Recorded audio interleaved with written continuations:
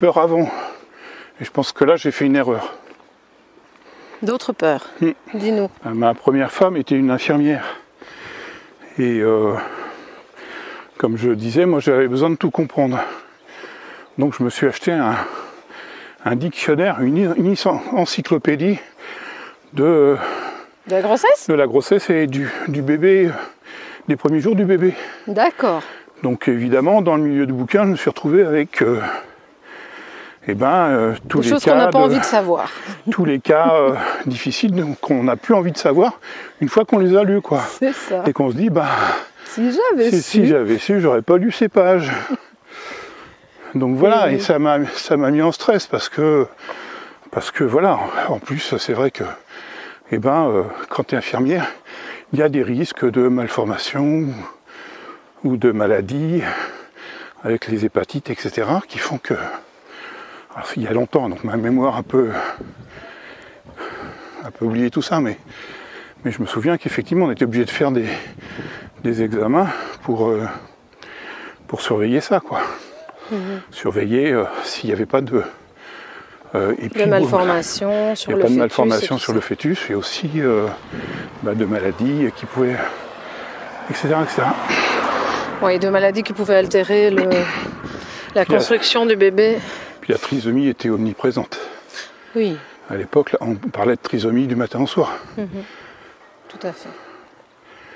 Et c'est vrai que cet état d'angoisse peut aussi créer des dysfonctionnements dans le rôle parental quand on accueille le bébé. Ben, même pas quand on accueille le bébé, déjà à la grossesse.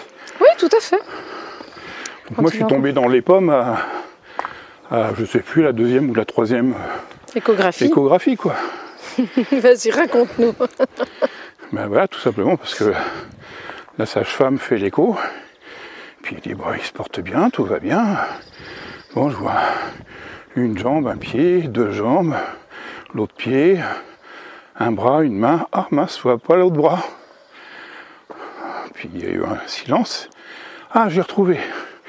Mais le temps que ce silence était tellement long pour moi que ça m'a mis dans des émotions non gérables et du coup je suis tombé dans les pommes, quoi. Et oups. Et voilà. Et oui, c'est vrai qu'on n'est pas tous égaux au niveau de notre sensibilité. Et c'est vrai que le handicap, oui, on peut s'y préparer. Et à la fois, tout ce qu'on peut faire, c'est être confiant dans la vie et se dire que tout va bien se passer. Bonjour. Oui. Mais tu vois, moi je pourrais parler de mon expérience aussi. Donc un peu avant la naissance de mon fils qui a 21 ans aujourd'hui, j'étais en stage dans un service de néonatologie. Oui, c'est bientôt son anniversaire. Et dans cette expérience de néonatologie, j'ai découvert les bébés en couveuse. Donc j'ai appréhendé ça dans mes études de psychomotricienne. Et puis du coup, quand mon fils est né et qu'il a dû aller en couveuse pendant à la sortie, dès qu'il est né. Et du coup, moi, je savais déjà ce que c'était une couveuse et j'étais un peu moins stressée. Bon, après, il a retrouvé ses paramètres respiratoires assez vite, donc il n'y est pas resté longtemps.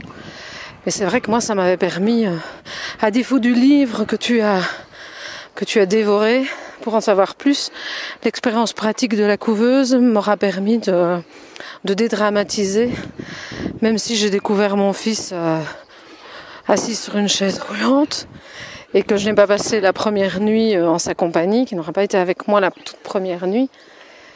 Mais voilà, c'est vrai que ça m'a permis de passer à autre chose et il se porte très bien aujourd'hui.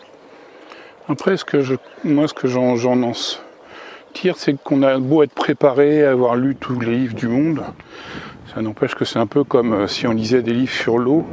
Il n'y a que quand on est plongé dedans qu'on sait ce que c'est. Tout à fait. Tout à fait. Et que les conseils qu'on va prendre auprès des proches, des parents, des grands-parents, des amis, mais seront peut-être bons à prendre et puis prendre de la mesure parce que soit on aura d'autres instincts, d'autres envies et qu'on fera peut-être différemment.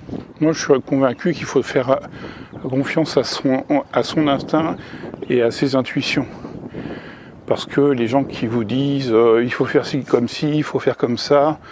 On faisait comme ça dans mon temps. Et de mon temps, on faisait comme ça. J'ai entendu tellement souvent que je me dis ouais, mais à l'époque, on battait les enfants à plâtre, couture du matin au soir avec des martinets et des règles en fer. C'est pas pour ça que c'était bien, quoi.